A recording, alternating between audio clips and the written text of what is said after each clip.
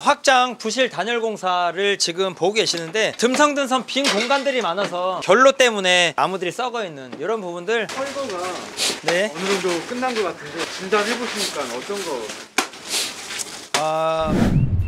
네, 안녕하세요, 이 소장입니다. 제가 지금 와 있는 이곳은 서울 중랑구 중화동에 위치한 한신 아파트라는 곳에 와 있습니다. 이 현장 같은 경우는 창호는 두 툴밖에 안 돼요. 창호 공사를 하기보다도 입주하기 전에 확장 공사 자체가 제대로 시공을 해놓지 않아서 그 부분을 다시 뜯어내고 단열 공사를 진행하는 그런 세대입니다. 그리고 이 현장은 제가 올라가서 하나하나 설명을 드릴 텐데 많은 변수들, 이슈들이 있었던 그런 현장입니다. 지금 아직 철거 전이거든요. 과거에 확장 단열을 해놨던 것들이 창호를 드러내고 공간이 어떤 식으로 단열이 되어 있는지, 어떻길래 겨울에 단열이 취약했는지 정말 리얼로 한번 현장에서 보시겠습니다.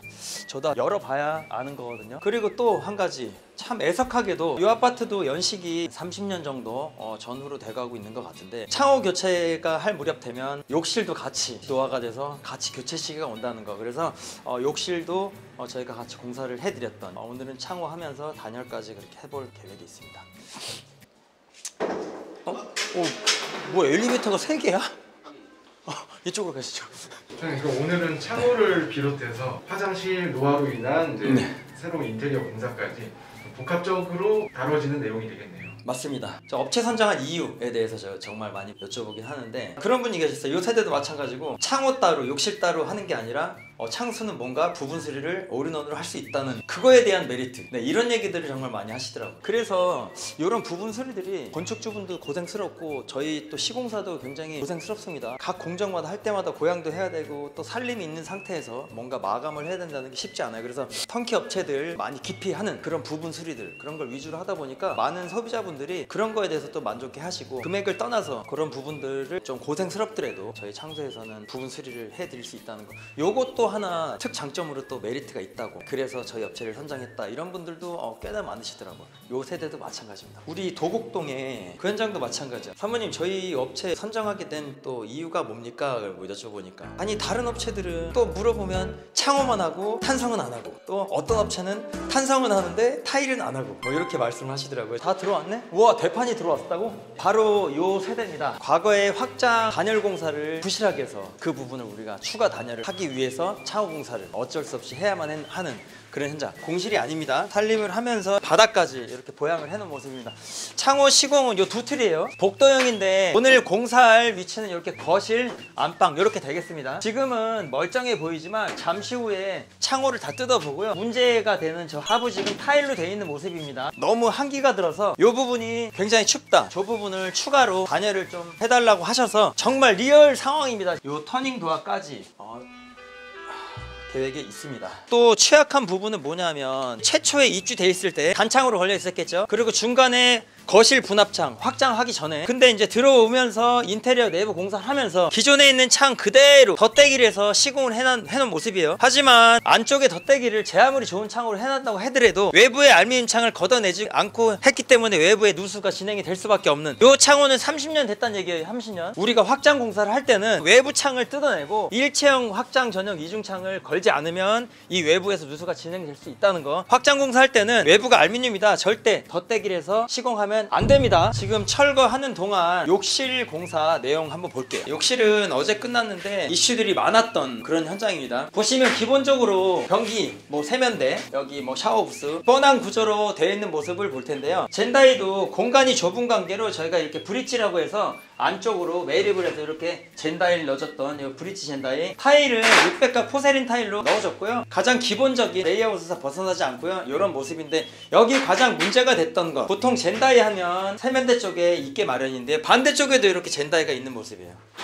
이게 뭐냐면 여기에 라제이터가 하나 있었거든요. 라제이터를 없애야 되는 그런 현장인데, 라제이터를 없애자니 안방에 마루를 또 드러내고 그만큼 시간 또 금액 추가 사항들이 많아서 이렇게 라제이터를 젠다이로 감싸줬다는 거예요.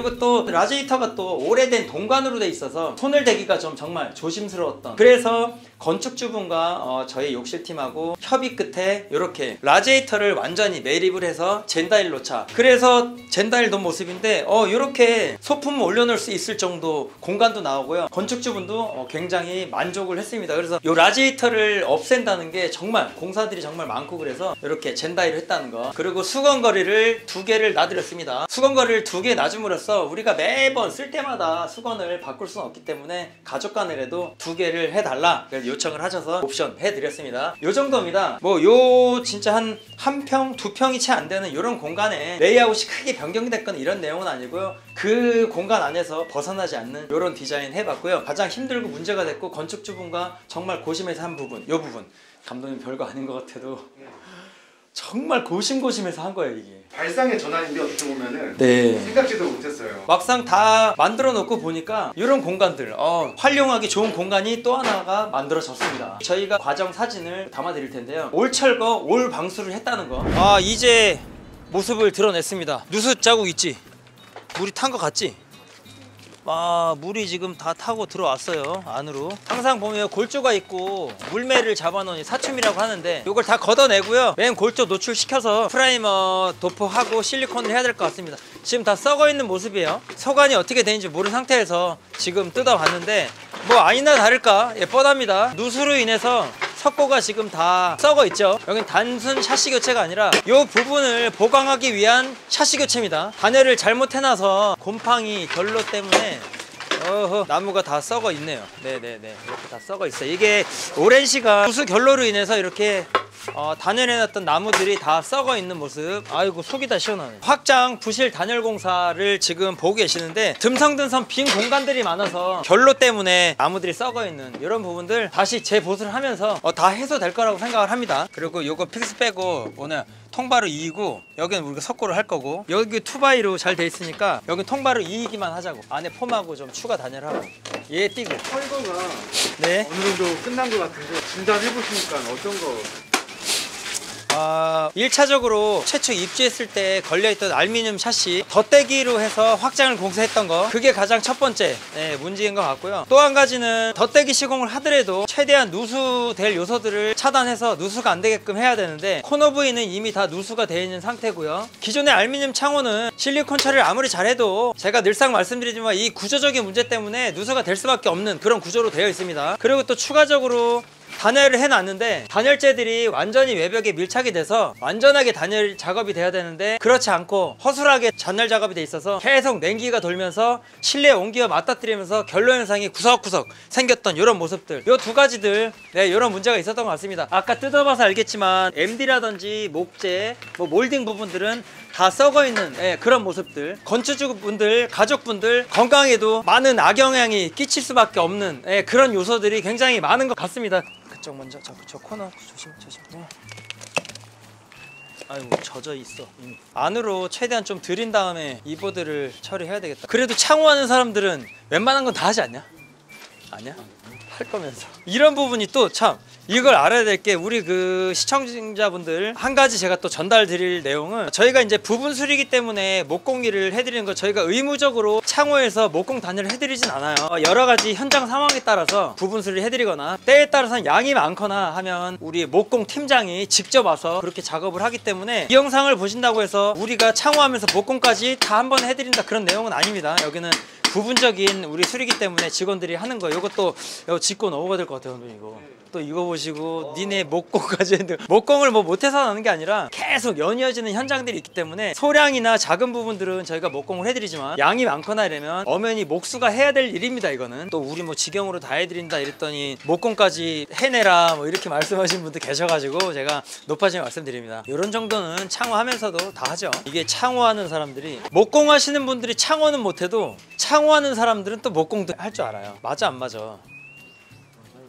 저희뿐이 아니라 고수님들도 아시겠지만 창호하는 사람들은 여러 가지 다방면으로 합니다. 지금에야 이렇게 붙어서 이렇게 하지만 처음 왔는데 진짜 심란했습니다. 정말. 여기 뜯어보니까 네.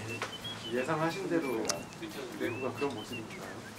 네, 그래도 다행인 거는 맨벽들이 이쪽으로는 물이 탄 흔적은 안 보여요. 이 코너로 탄 흔적이 보여서 그거 하나 좀 다행인 것 같고요. 바닥 골조 노면이 걷어내고 났더니 너무 오랜 시간 골조 타고 누수했던 흔적들 때문에 부식이 많이 돼 있는 상태라서 이대로 프라이머를 하기보다는 요 표면을 좀 부드럽게 샌딩 처리하고 프라이머 도포하고 그리고 실리콘을 하면 뭐 절대란 건 없다지만 누수가 안 될 거예요. 앞으로는 절대로.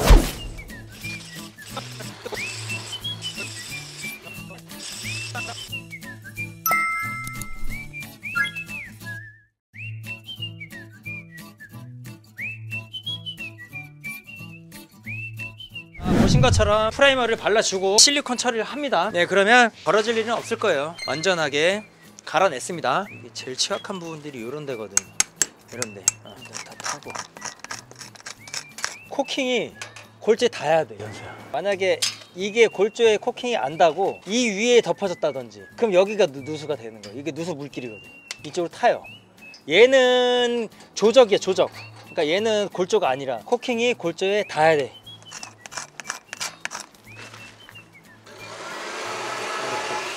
다 됐습니다. 사람 하나 겨우 지나갈 정도인데 여기 250이니까 여기서 와 이만큼 들어오네. 저기는 벗겨내야 돼, 현수야. 저기 벽에다가 지금 50mm 아이소핑크로 지금 붙이고 있는데 목공 하시는 분들 또 단열 전문으로 하시는 분들 다양한 방식들이 있긴 하지만 여러 가지 방식대로 우리가 시공을 해보면서 느끼는 건 지금 보시는 것처럼 맨 벽에 최소한 50mm 이상 되는 아이소핑크 보드로 해서 완전하게 밀착해서 밑에 보면 우리가 블럭으로 좀 띄워놨어요. 저거를 우레탄 폼 쏠 공간을 좀 충분히 좀 두지 않으면 바닥하고 아이소핑크가 완전히 밀착이 되지 않기 때문에 5mm 내지는 8mm 정도로 공간을 띄우고 하부에 우레탄 폼 쏘고 저렇게 아이소핑크 보드를 완전하게 벽에 밀착을 해야 됩니다. 예, 완전하게 빈틈없이. 지금 그 과정이에요. 뭐 예전에 산 거라서 온돌이라 그래가지고 뭐 열반사도 붙이고 다양한 방식으로 관장님들이 그렇게 하셨는데 결국에는 외벽하고 단열재들이 완전하게 밀폐가 돼야 된다는 그게 가장 중요한 것 같아요. 우레탄 폼으로 최대한 밀착해서 붙이면 별로 생길 일이 없겠죠. 단열재들 스티로폴이나 이렇게 아이소핑크 보드 같은 경우는 맨바닥이 깨끗하지가 않기 때문에 좀 어느 정도 띄워서 그 공간을 우레탄 폼으로 메꿔야지 완전히 밀착이 됩니다.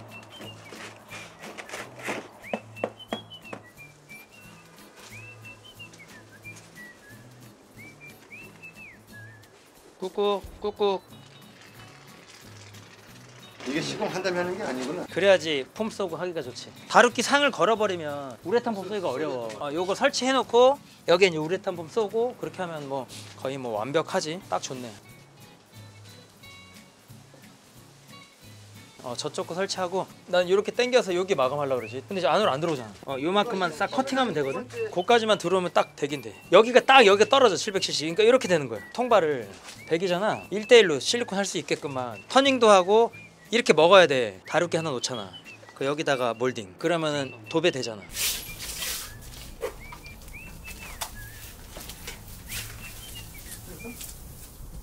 안 되는데 얘네 또 무섭나?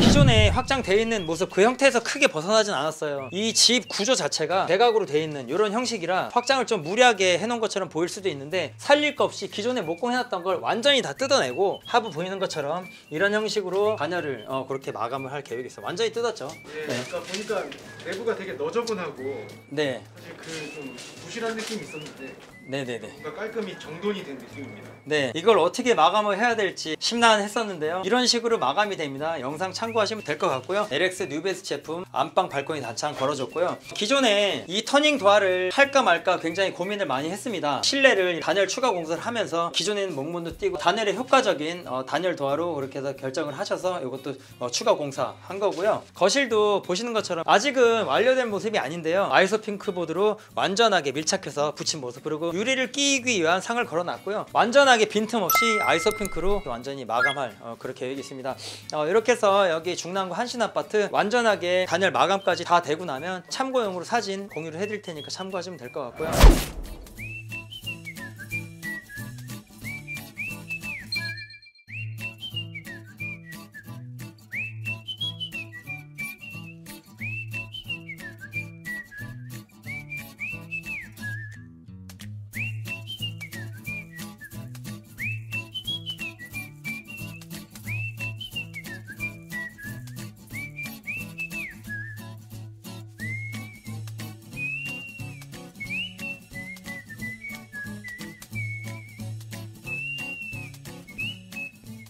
창호 틀은 두 틀밖에 안 되지만 부실했던 이 단열 공사를 다시 재단열을 하면서 창호 시공을 다시 하는 그런 현장이었습니다. 욕실도 마찬가지 보시는 것처럼 거주를 하면서 이런 어려운 공사들 이런 것들을 저희 창수화 중에서 진행을 해드렸던 그런 현장이고요. 저희가 참고로 이런 목공 작업, 단열 작업을 매 현장마다 해드리는 건 아닙니다. 시간이 되고 가용 인원이 있을 때 그렇게 도와드리는 부분이고, 범위가 커지면 정상적으로 목공팀이 와서 단열을 해주는 부분인데 여기는 틀이 몇 개 안 되고 그래서 저희가 단열까지 마감을 해드린 현장입니다. 그러면 오늘 요 부분 공사, 턴키업체에 의뢰하기 불편하고 남들이 기피하는 이런 부분 공사들 저희 창수하우징에서 진행을 했습니다. 중랑구 한신아파트 이걸로 현장 영상 마무리하고요. 다음 현장에서도 전해드릴 내용 있으면 즐거운 내용, 유익한 내용 제가 놓치지 않고 영상 담아보도록 하겠습니다. 오늘 현장 여기서 마치겠습니다. 시청해주셔서 감사합니다. 수고하셨습니다. 수고하셨습니다. 네, 수고하셨습니다. 예, 우선 여기 네. 네. 두틀이었지만 네. 뭔가 손이 굉장히 많이 갔던 그런 세대인 것 같습니다. 네, 맞아요. 동절기라 해가 짧은 것도 있는데 두 틀이지만 이렇게 시간도 걸리고 손도 많이 갑니다. 저희가 뭐 욕실 이런 부분 단열 공사들 이런 것도 직영으로 하기 때문에 가능한 거 아닌가 생각이 듭니다. 예, 이번에 이 부장님이 통과뿐만 아니라 네. 목공까지 또 이렇게 네. 마무리하셨습니다. 시작할 땐 불만이 많았잖아요. 네. 이렇게 다 하고 있습니다. 수고하셨습니다. 수고하셨습니다. 네.